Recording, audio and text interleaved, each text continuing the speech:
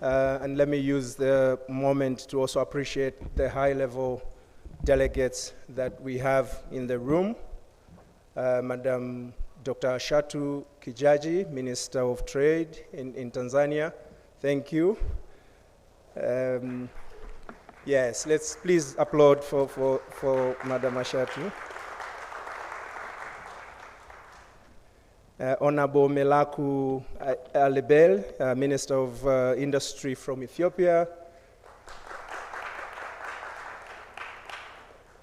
Thank you so much. Madam Isobel Coleman, Deputy Administrator from USAID. Thank you, we appreciate you.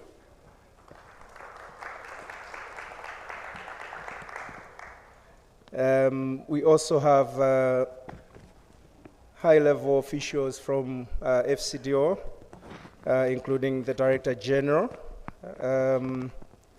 My sincere apologies, the name has skipped me for humanitarian in the FCDO. We will update in the due course. She's joining the audience today. We will kick off just now. But I think it's important to just share with us, why are we gathered here? I think this is really critical.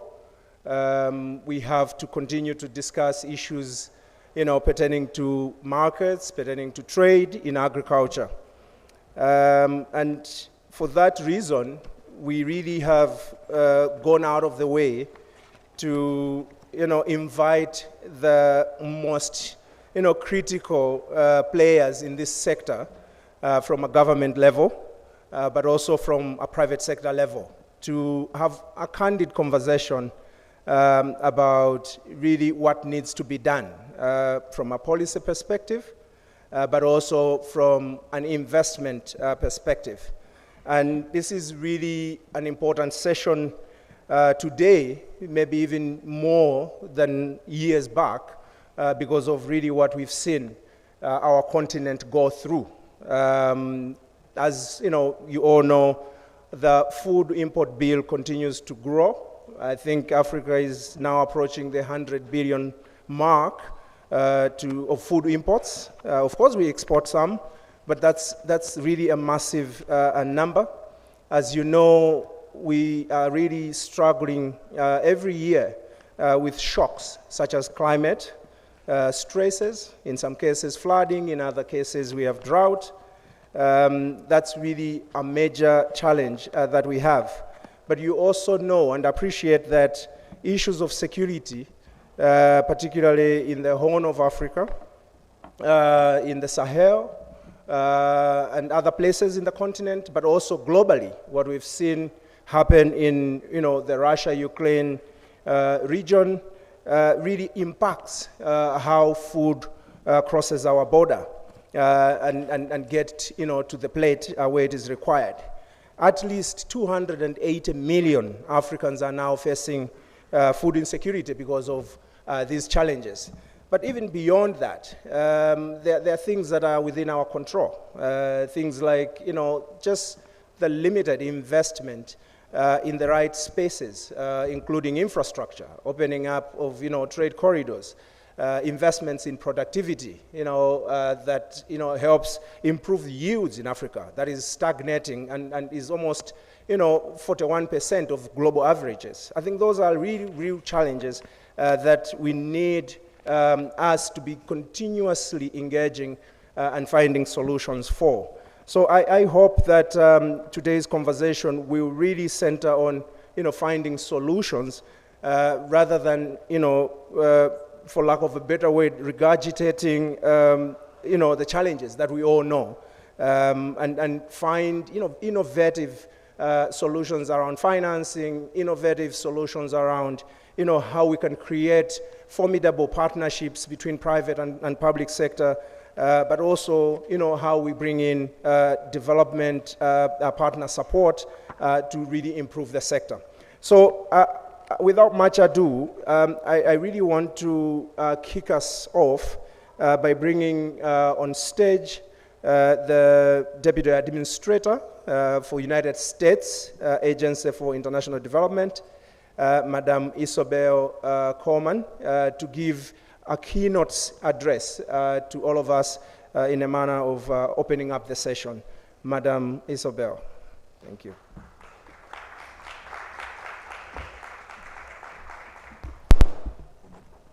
Thank you, Daniel, and good morning, everyone. Thank you for being here today.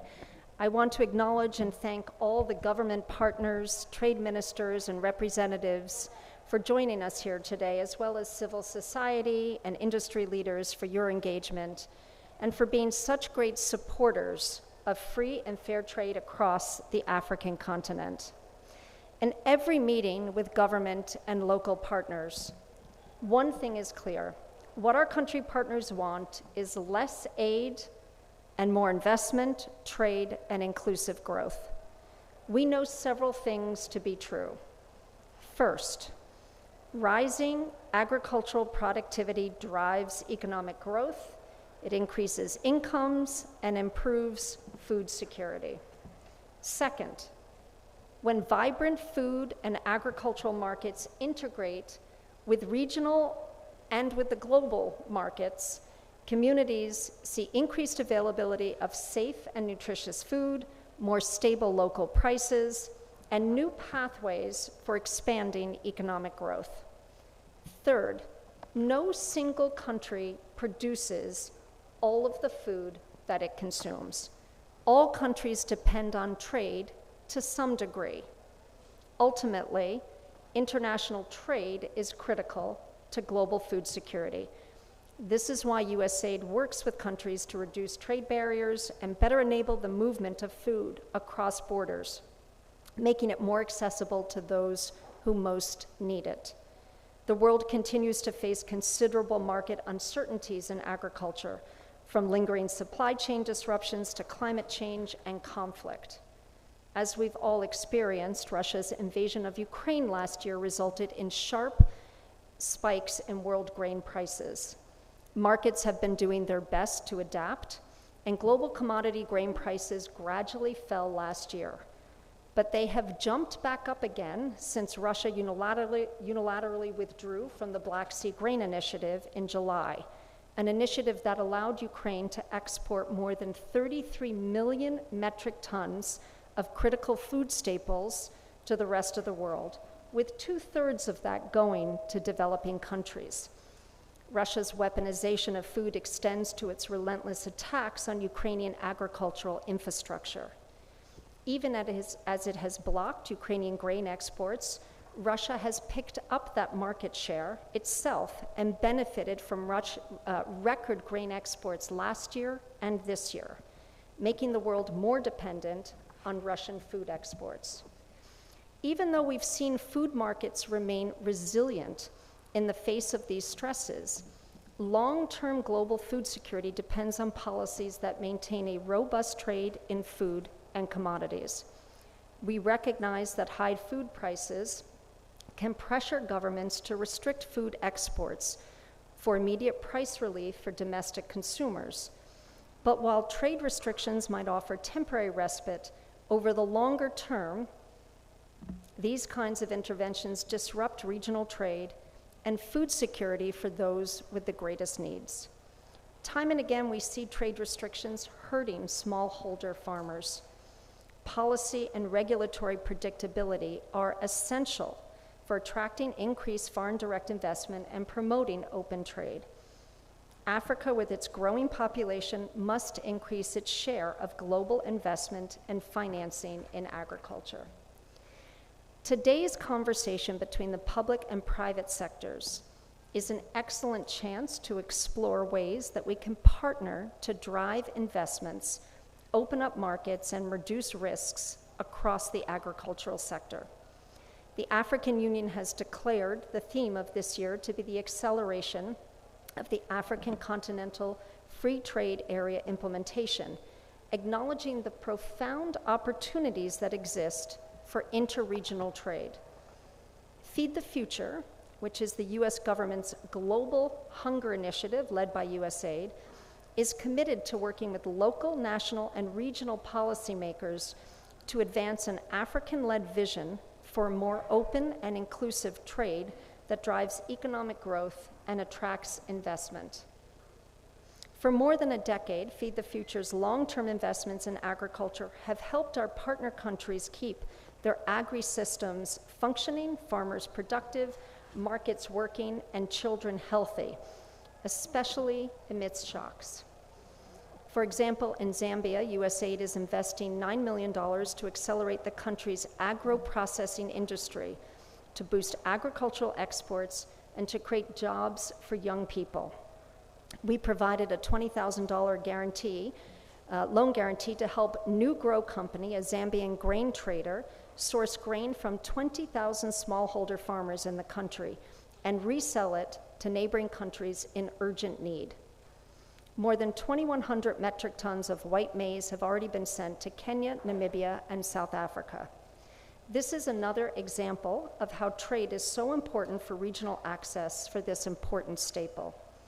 And in Nigeria, when smallholder farmers could not obtain affordable fertilizer, we supported a company that develops fertilizers customized to local conditions and crop needs, helping farmers increase their crop yields by 24% when they needed it most. We work closely with our colleagues at the U.S. Department of Agriculture to help countries strengthen sanitary and phytosanitary standards through programs like the Food Safety for Food Security Partnership, ensuring that food is safe for in-country consumption and that exports are not rejected. Successful trade agreements are built by a broad, diverse range of stakeholders, with the private sector playing a critical role. They also require deep engagement and input from all sides. When local actors, entrepreneurs, and small agribusiness owners have a voice in policymaking, they are more likely to grow and succeed and reinvest earnings that benefit the community. But despite demonstrating the most potential for growth, the voices of women, youth, and rural enterprises in particular are too often overlooked. This is where government and industry together must take proactive steps to address systemic exclusion and ensure that marginalized groups are enfranchised to engage meaningfully in decisions that impact their opportunities and their livelihoods. At USAID, we don't have to imagine the growth potential when marginalized groups are given a seat at the table. We see the results in the growth of women-led institutions like Omega Food Zambia Limited. Omega's founder, Justina Opit, established her grain and flour milling business when she struggled to find nutritious foods for her son. Last year, with USAID assistance, her company was able to purchase 64 metric tons of raw materials from 500 smallholder farmers and hire new staff to expand Omega's reach and provide nutritious foods for families across the country. With local partners like Omega, we are enabling broad-based, inclusive growth through agricultural trade and investment. USAID is committed to this work because we know that increased trade and investment is a win-win. Investors benefit from high returns in Africa, home to half of the world's fastest growing economies, and African businesses benefit from accessing the capital they need to meet increasing demand, create new jobs, and support an emerging middle class and growing workforce across the continent. I hope today's discussions are an opportunity for potential partners to devise concrete ideas for entrepreneurs like Justina. We have seen the potential. We don't simply believe in our African partners' entrepreneurial and innovative spirit. We see it every day in action. With that, I thank you, and I will turn the floor back to Dennis. Thank you.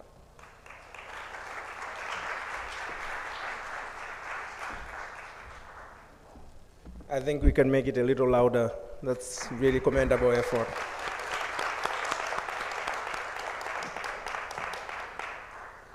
Thank you, Madam Coleman. A lot of work indeed from USAID alongside other development partners in the continent in the area of trade, initiatives supporting open trade, fertilizer access, productivity, inclusion, women and youth, but also even issues to do with SPS and other standards in the trade area. We truly appreciate the support to Africa.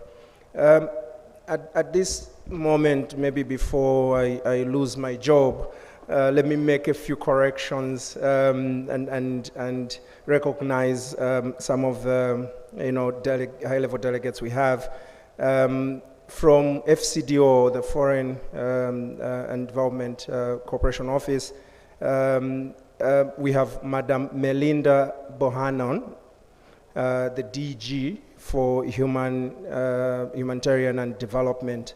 And we have also Honorable Minister from Senegal in the room, Honorable Ali Ndiaye, Minister of Agriculture and Rural Equipment. Thanks for gracing the occasion. And I omitted the representative of the minister from Uganda, Fred Kulaga. The representative is called Julius Twina Masiko. Thank you for representing the government of Uganda. Before I go further, I also recognize the presence of the former First Lady for Tanzania, as well as at least 30 parliamentarians from Tanzania. I think we need to give them a round of applause.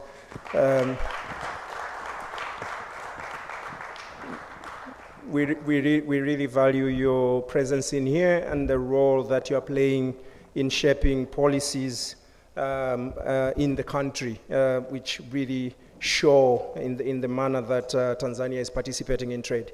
So we'll be moving quickly. I have 2 sessions that I'm going to be running today, and I know time is not on our side, so we'll try and make this really quick. The first panel will largely be our honorable ministers, and we'll probably focus more on the trade, regulatory environment, but we'll mix it a bit with some of the private sector. And the second panel will be heavy on the private sector, to now just drill down into what needs to be done, what are the solutions that are working, both on the investment side of things, financing, but also partnerships to reach small farmers.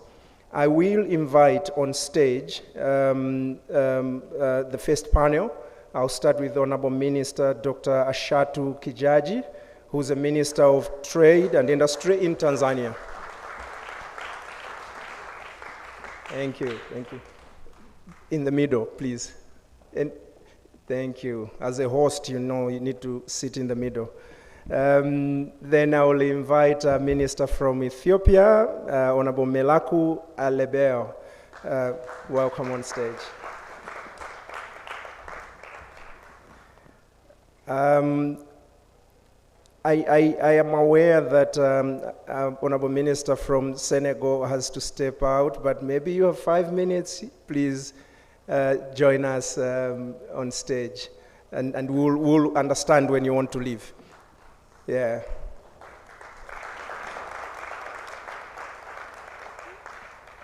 Sorry for putting you on the spot. I like to match it with some private sector colleagues. Looking at you, my friend Ayo Deji, Group CEO from AFEX. That's a commodity exchange that's really extending itself across Africa very rapidly.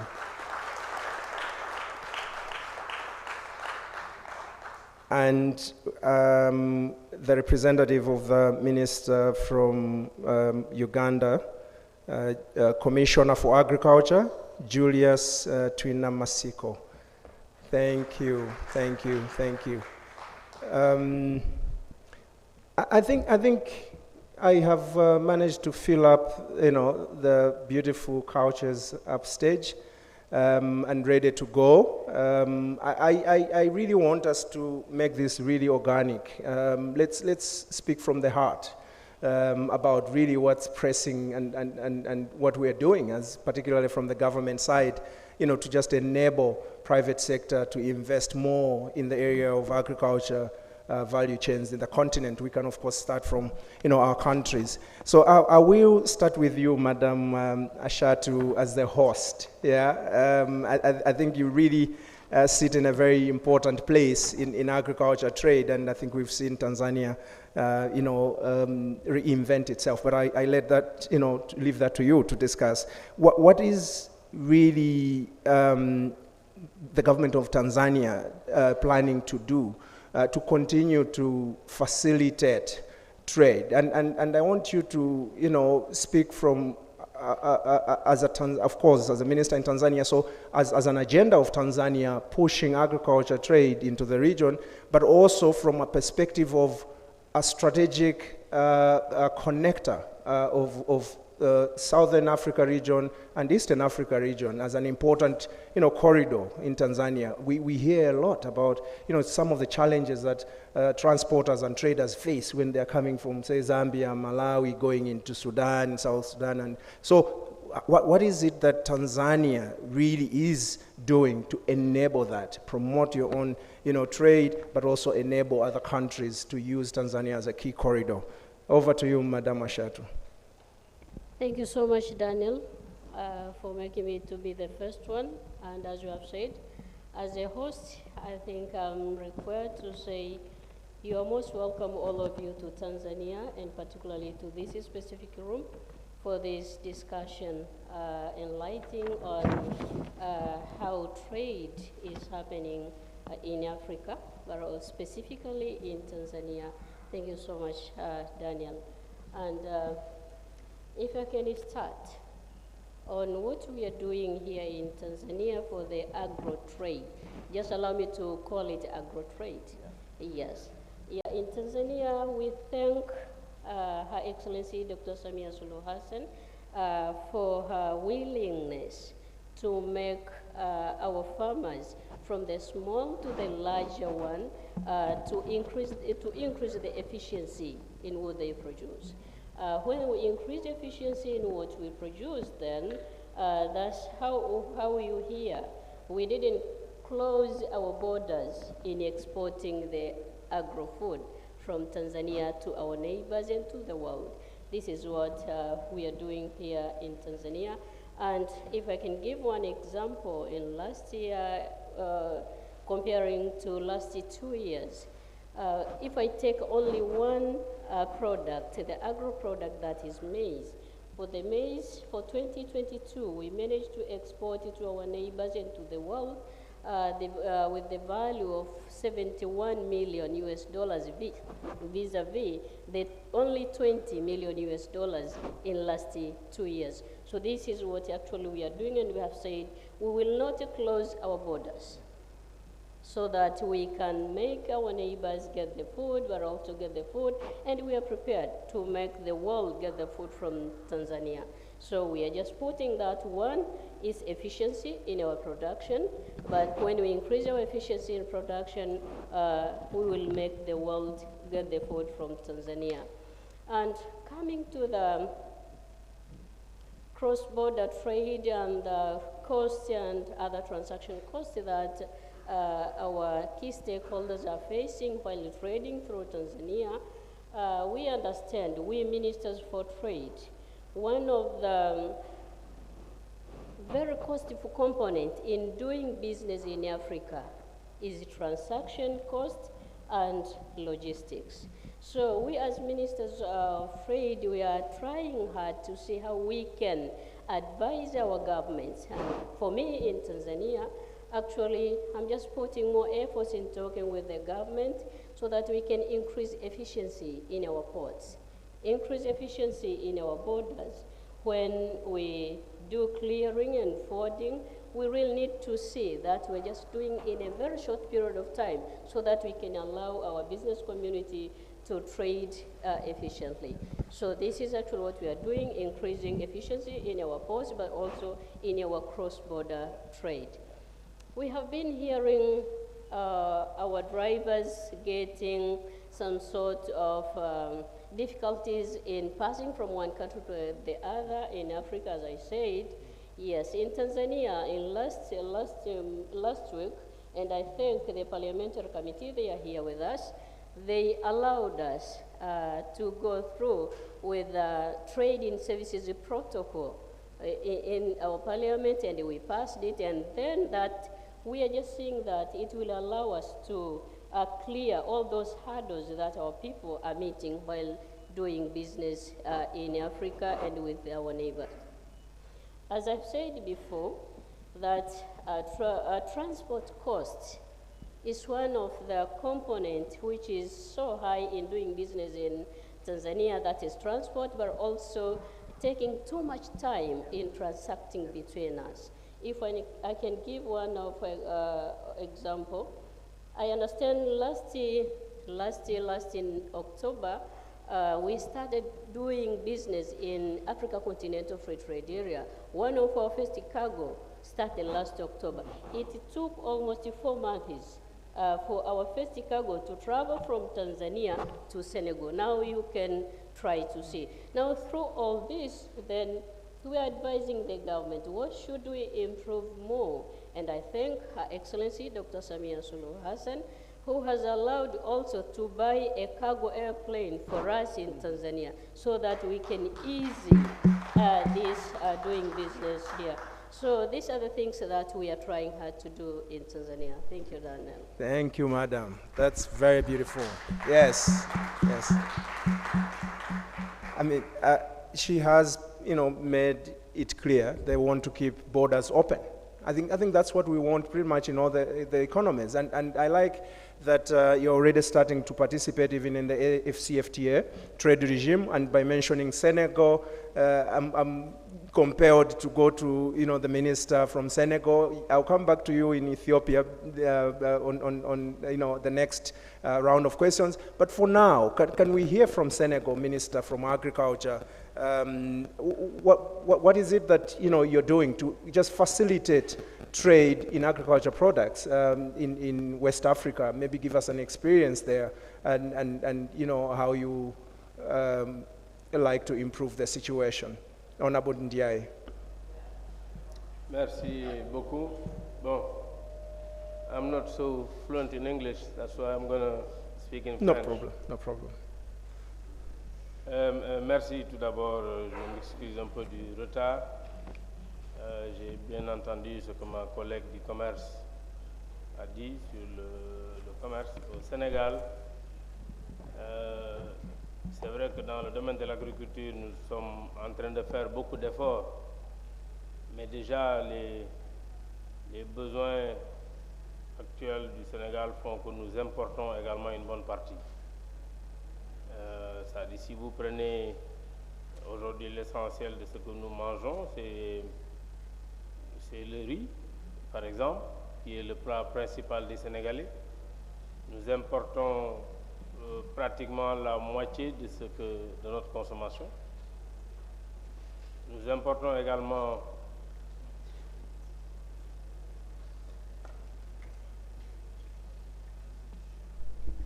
Yeah, let's just have a moment.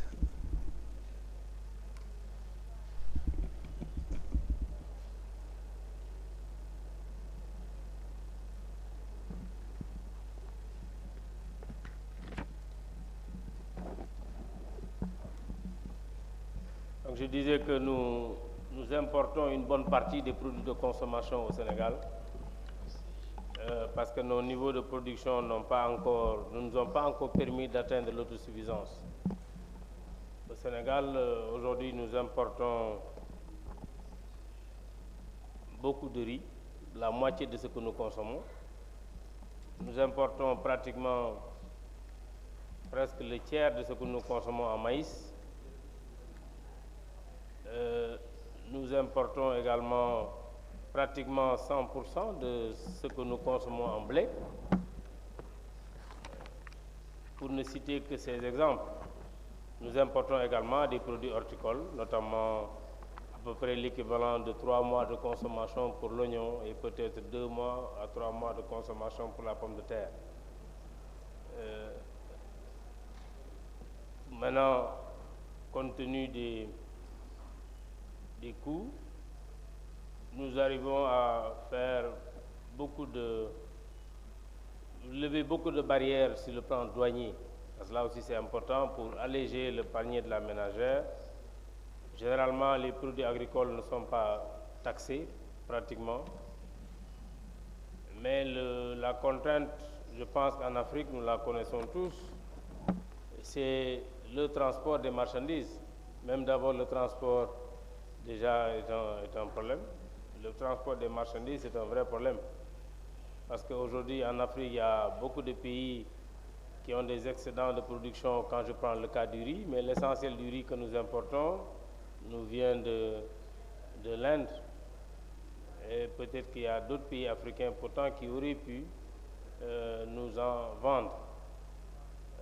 En ce qui concerne aujourd'hui le blé, nous l'importons essentiellement de la Russie, essentiellement de l'Ukraine, dans ces pays-là. Là aussi, c'est vrai que nous sommes en train de faire des efforts pour en produire, mais je pense qu'aujourd'hui, nous devons, au niveau de l'Afrique, développer en tout cas des mécanismes qui permettent de faciliter le transport des marchandises. Parce qu'en réalité, le problème est là. Le problème n'est même pas un problème ni douanier, ni un problème fiscal, c'est un problème d'accessibilité de la marchandise. Il y a des endroits en Afrique où il y a effectivement tout pour pouvoir produire, mais on peut produire sans pouvoir vendre en tout cas à un marché africain qui en a besoin. Et je pense que c'est peut-être le cas quand je vois déjà tout le tour qu'on doit faire, que la marchandise doit faire pour quitter la Tanzanie et aller à Dakar. Je peux comprendre qu'on puisse avoir ces contraintes. Il en est de même pour l'Éthiopie et autres. Voilà.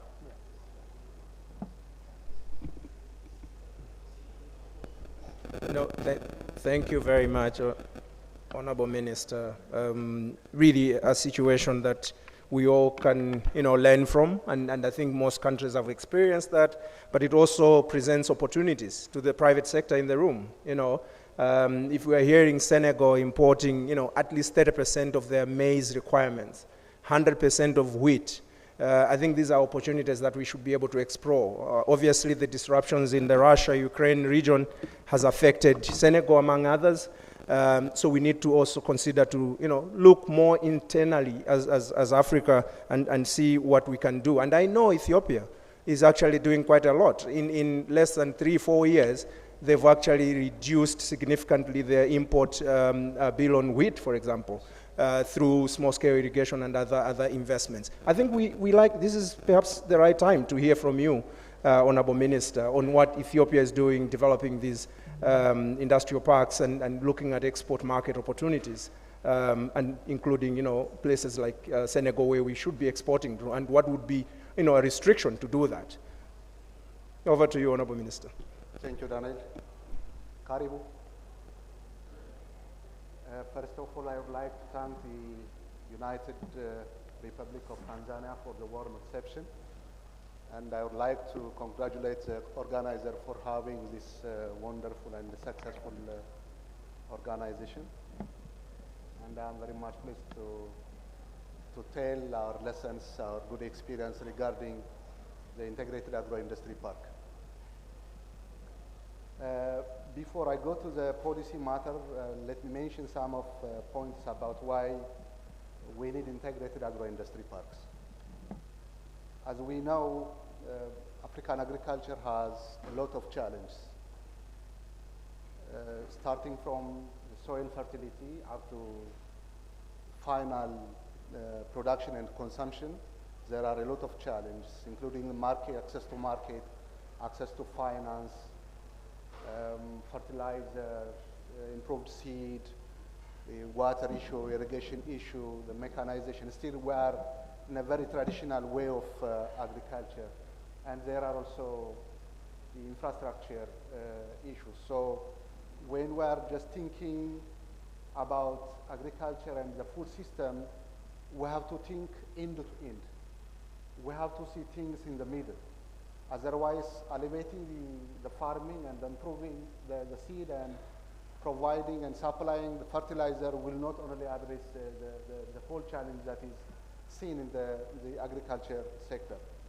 So as to have a good food system and a well-transformed agriculture, we have to think from the farm up to the processing. There are a lot of issues inside. There are logistic issues, there are infrastructure issues, there are access to finance issues, there are skill issues, and all the rest. So the concept of the integrated agro-industry is about cooperation, about integration, and about collaboration. Every stakeholders, including governmental and non-governmental organization, should be in the same platform and on the same page so as to address the smallholder farmers, job creation, and also the consumption and the food system. So then we will address all the challenges together. Otherwise, separately, we will never address a single challenge because the challenges are a bit complicated. So it needs collaboration and integration so as to address the farming system challenges and the production system. This is one of the concepts, the initial concept of the integrated agro industry park. Ensuring development is basically the politicians' commitment because all the enablers are at hand of the government, at the hand of the politicians. So to enable the more accessible finance, there should be political commitment. To have a well-done infrastructure, there should be political government. So as to have the ease of doing business, there should be political commitment because finally it is the politicians who are going to decide on the policy and on the legal issues. So having this in mind, what we did is an inclusive reform, the homegrown economic reform. This homegrown economic reform has 5 pillars. Basically, it starts from agriculture. In agriculture, the initial point is food and the food system, feeding ourselves and feeding the continent. And for this, there are a lot of issues like mechanization, irrigation, fertilizer supply, and all the rest that will improve production and productivity of the farming system, the agriculture. And second issue is industrialization. It is from the agriculture and it's from the mining sector that we are going to get raw material for the industrialization. Unless we are improving the agriculture system, there will not be raw material that feeds the manufacturing industry, the agro-processing. So the second pillar of the inclusive reform, the homegrown reform, is the industry. And third one is the mining, and the fourth one is the ICT, and the fifth one is the tourism. All these are highly integrated in terms of job creation and also supporting the agriculture and the manufacturing industry system. And here, the reform is basically to ensure private sector lead economic structural transformation. It is the engine, the private sector is the engine. Unless we are opening our business to the private sector, unless we are opening our border, then there will not be transformation. So one of the engine we think to be is the private sector, and we are just aiming to be the beacon of the African prosperity in this regard. When we come to industrialization, Ethiopia has set out a clear development vision that focuses on sustainable industrialization. In line with this, we introduced special incentive for integrated agro-industry park, aftercare service, including the one-stop shop service, huge infrastructure investment. We are also taking aggressive privatization initiatives. This is very important. It was owned by the government for the last many years, but now we try to open most of the sectors, almost all of the sectors for the private sector. And the critical issue is access to finance. So we decided to give the majority of the finance to the production sector. And the amount of loans that forward to the government sector is very minimal. It is more than less than 50%. So previously, government was taking the majority of the loan from the bank. We built 3 pilot agro-industry parks and 22 holistic other parks that are focusing on addition of value addition on the agricultural products, laser, garment, pharmaceutical, and construction materials. So power generation is one of the attention given, road construction, and related activities are also one of the focus given. So taking all this into consideration, what was the return was annually we are getting more than $800 million USD investment from abroad, foreign direct investment. And we are also highly exporting agricultural products, value-added products. Now, for the last 5 years, our GDP growth was significantly improving. 6.4 annual GDP, average of GDP growth was registered for the last 5 years. Look, the COVID, the war, and everything was happening in the world, but we try to keep sustainable GDP growth for the last 5 years. Yeah. And from the integrated agro-industry park, we try to link 140,000 smallholder farmers with the processors. We try to create employment opportunity within the integrated agro-industry park, more than 15,000. So it is very promising. Yeah. Finally, I would like to invite you Ethiopian coffee this afternoon at 4 p.m. at Ethiopian board room, and I will wait for you there. If there is any question and any discussion point, I will be available there. Thank you very much. Thank you. Let me, at this moment, request the minister from Senegal. I think there's a quick meeting you have to have outside. So we appreciate you being with us the first, session, but we have to release you. Thank you so much. Yes, definitely. No, Ethiopia, Honorable Minister, I mean, this is really a very, very exciting story, very commendable work, and I'm taking away, a few things. Political commitment, to get things done. Integrated approaches, very important. But you're also fronting private sector, so private sector development, but also looking at, financing. But I think to colleagues and private sector partners in the room, what the minister is saying is, you're welcome to invest. Come to Ethiopia and help us, invest and develop the economy. But we're also looking at Ethiopia as really a key trading, economy. I know there's a lot of oil seeds that go even outside of Africa. Meanwhile, we need them out in here. We need them in Kenya. We need them in other places. I think we need to collaborate more. So maybe later on I can come back to you to explain to us what you're thinking about, the internal market in Africa in as far as agriculture goods are concerned. Honorable Minister from Uganda, representative. I mean, you've heard from Tanzania, you've heard from Ethiopia, and we know Uganda is also, a very, very important player in agriculture trade. But at the same time, we have seen a number of issues, particularly surrounding, standards, food safety issues and concerns around, export of cereals out of Uganda. But also, on the other hand, we are aware that the country is really affected by climate change. There are certain times that, production has been, impacted. And this has, consequences on the bigger picture in the region. Kenya relies on Uganda, South Sudan quite a bit.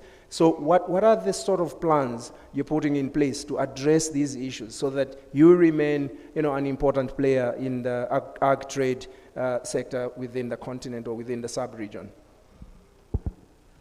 Thank you very much, moderator. I want to join my colleagues to thank the government of the United Republic of Tanzania for hosting us for all these days. And I bring greetings from the Republic of Uganda, His Excellency the President, and the Honorable Minister who was supposed to be here. So to your question, Uganda is doing quite a lot to promote trade and to make sure that the challenges that are affecting the smooth trading with the regional partners in international trade are significantly reduced. And one, the issue of unsafe grain cereals that you are talking about, this is a challenge that the country is dealing with quite well. The government has come up with policies and the recommendations to make sure that, for example, the maize grain, which has been one of the most affected crop in this area, is safe for trading, is safe for consumption internally, and working with also partners like AGRA, the government of Uganda is promoting a product called Aquasafe that will actually deal with the issue of aflatoxins in the grain. And in addition to this, the government has come up with the mobilization through the media to make sure that the communities, the farmers, know what to do to avoid the issues of these challenges. Uganda has also come up with tax incentives on post-harvest handling equipment that make sure that the issue of aflatoxin is reduced significantly, and so that our grain can be traded across the borders, but also can be consumed safely within the country.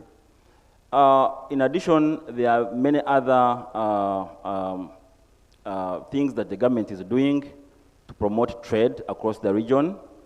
And one of these, which I cannot forget, of course, is the conducive environment, the policy environment that promotes trade, smooth trading. And these include the laws, the conducive laws to improve production. And in production, of course, I also tackle the issue of climate change. With the impact of climate change, production has definitely has to be facilitated to make sure that production and productivity increase. And the one way the government is doing this is to make sure that issues to do with irrigation, irrigation schemes have been constructed in the different regions of the country to promote production of the different crops like rice and others. And also climate smart technologies, other climate smart technologies through the extension services of the country are also being utilized, giving information to the farmers in terms of timely planting, timely activities on the farm to make sure that we do not fall short, we do not miss the production of our crops.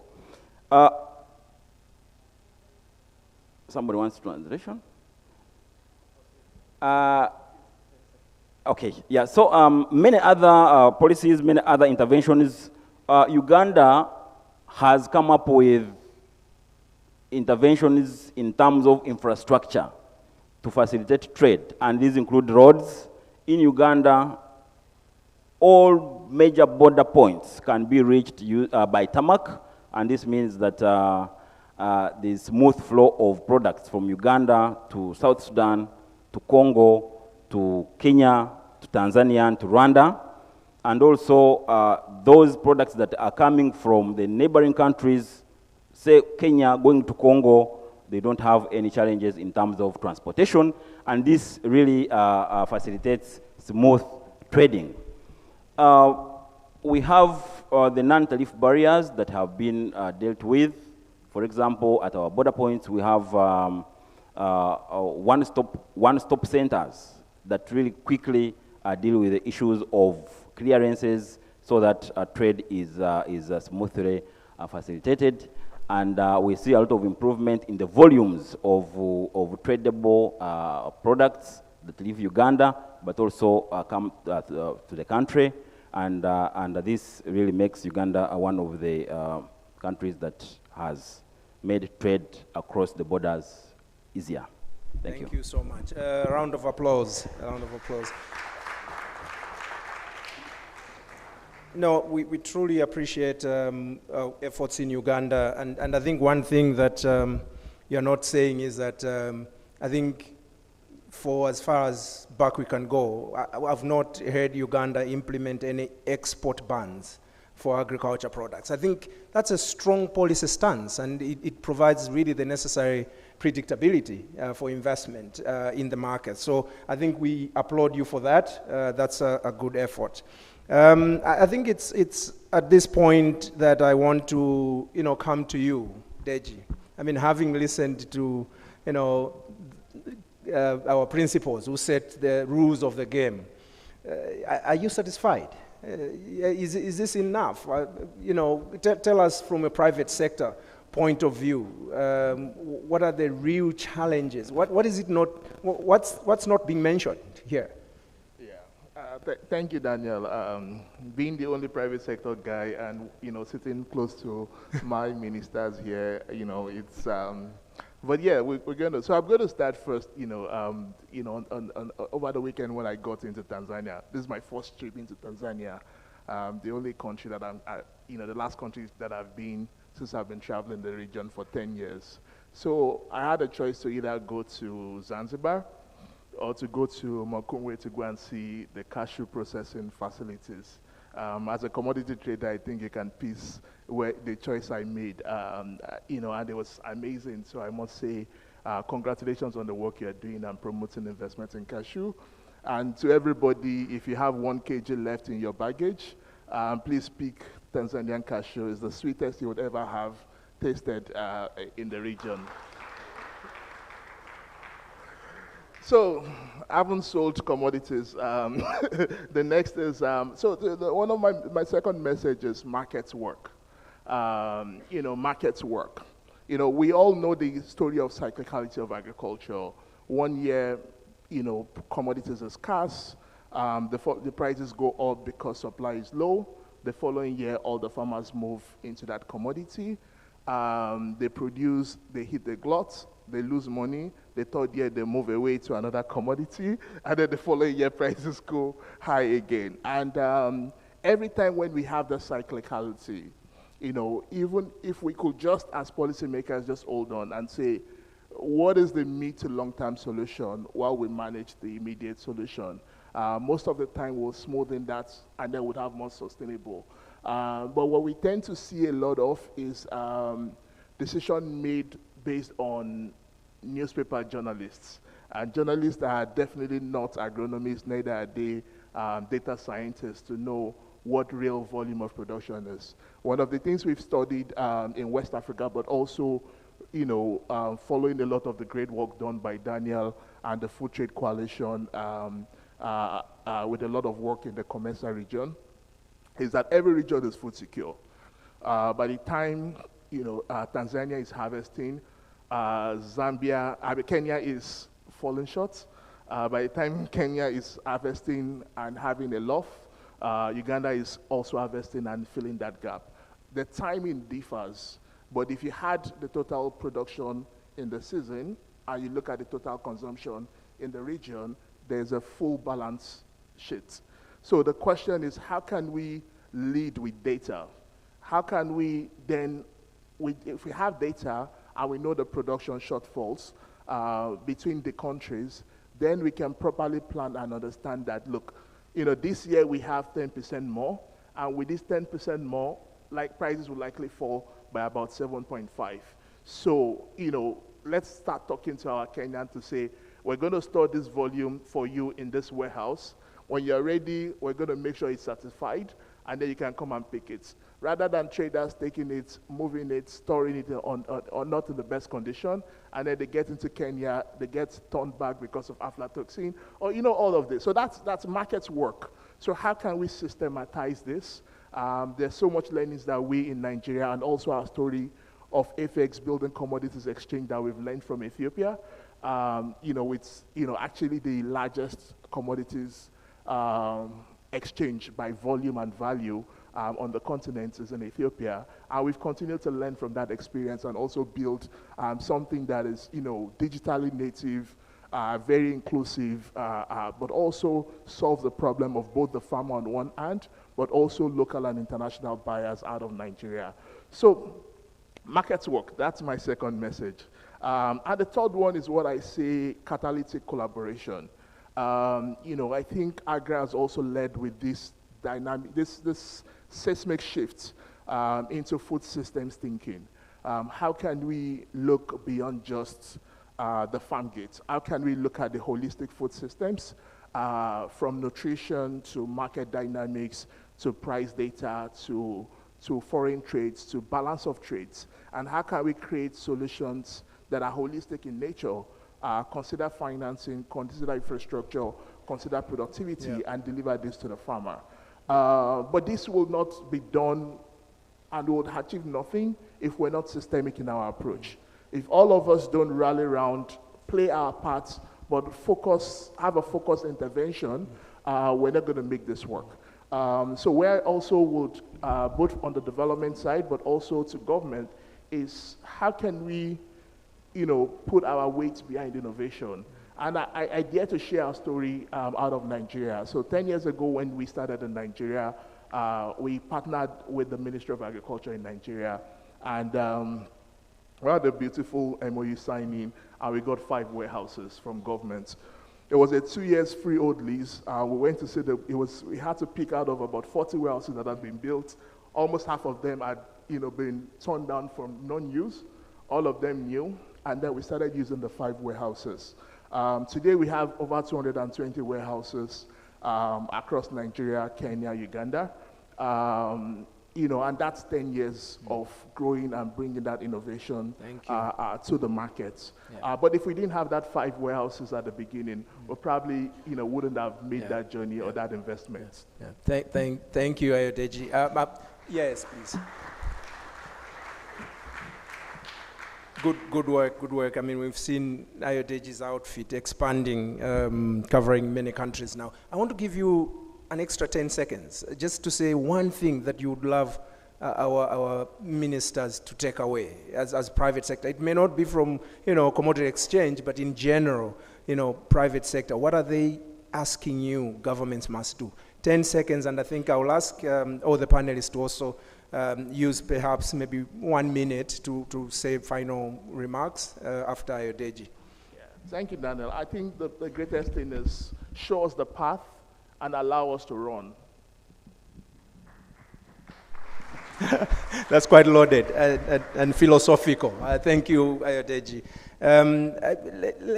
I'll end with you, Madam Ashatu, as the host.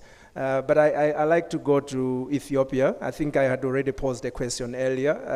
What's the outlook, for the region? I mean, there's definitely potential. There's definitely deficits, and you're definitely doing something right to close the wheat import gap, and I'm sure other products as well, like oilseeds. What's your outlook and plan for getting into the region, and your final remarks? Let's keep it to 1 minute, maximum 1.5 minutes. Over to you. My final remark in this regard is, I think we Africans should materialize safety, which is very crucial. We have to link each other. We have to add value. The infrastructure linkage, the policy linkage, standardization, everything is very important. And we have to focus on value addition. There will not be any change unless and otherwise we add value on our products. Thank you very much. Thank you, Honorable Minister. We have saved almost a minute there, but yeah. Let's move to Uganda. Any last words? How you want to take this to the next level in terms of participation? I mean, if you look at the statistics, Uganda's trade volumes, particularly in the cereals market, has actually reduced somewhat over the last few years. Is it because Tanzania is moving too fast, or there's something that we have stopped doing? Thank you very much. Thank you very much. My last points are that Africa has potential to feed the world, and we need to make sure that we tap into this potential.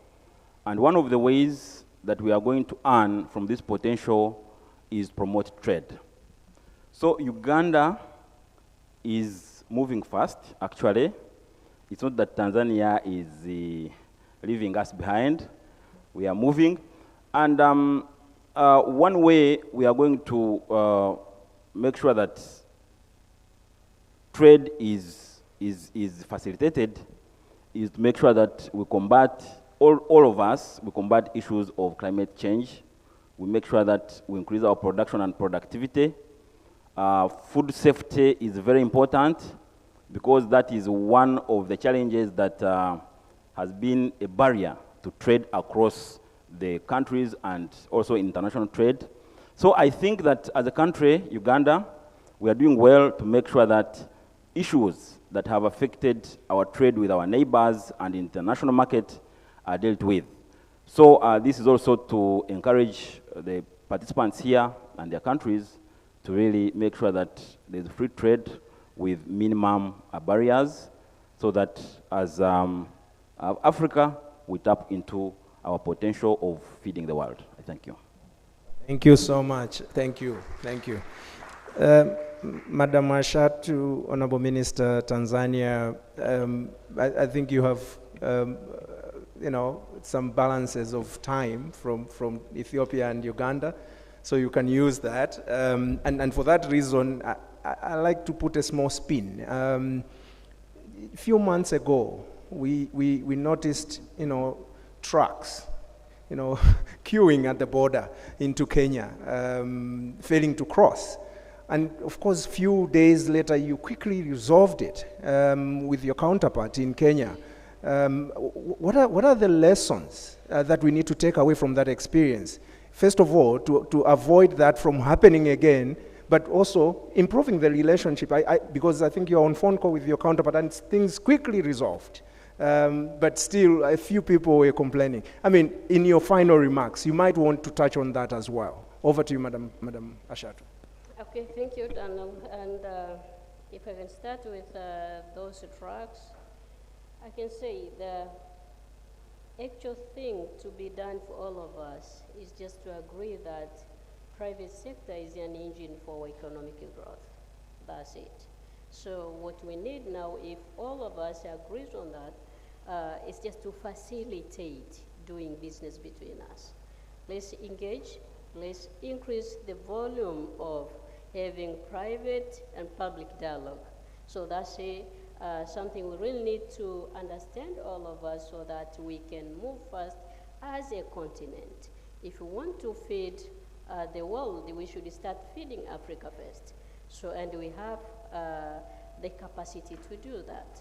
So that's something, and we cannot feed Africa, we cannot feed the world if we leave our private sector behind. So let's talk together, let's move together, let's discuss, let's resolve, and we are ready to feed the world from Tanzania and from Africa also. Thank you so much, Daniel.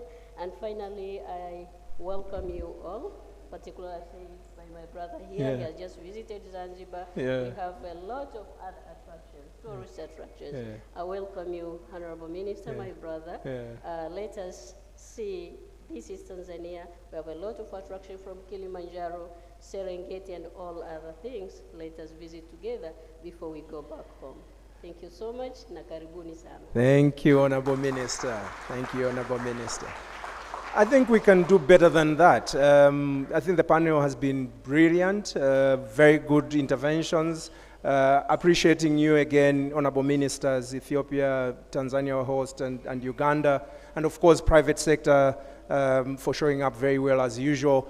Another round of applause, please, for all the panelists. Thank you, thank you, thank you.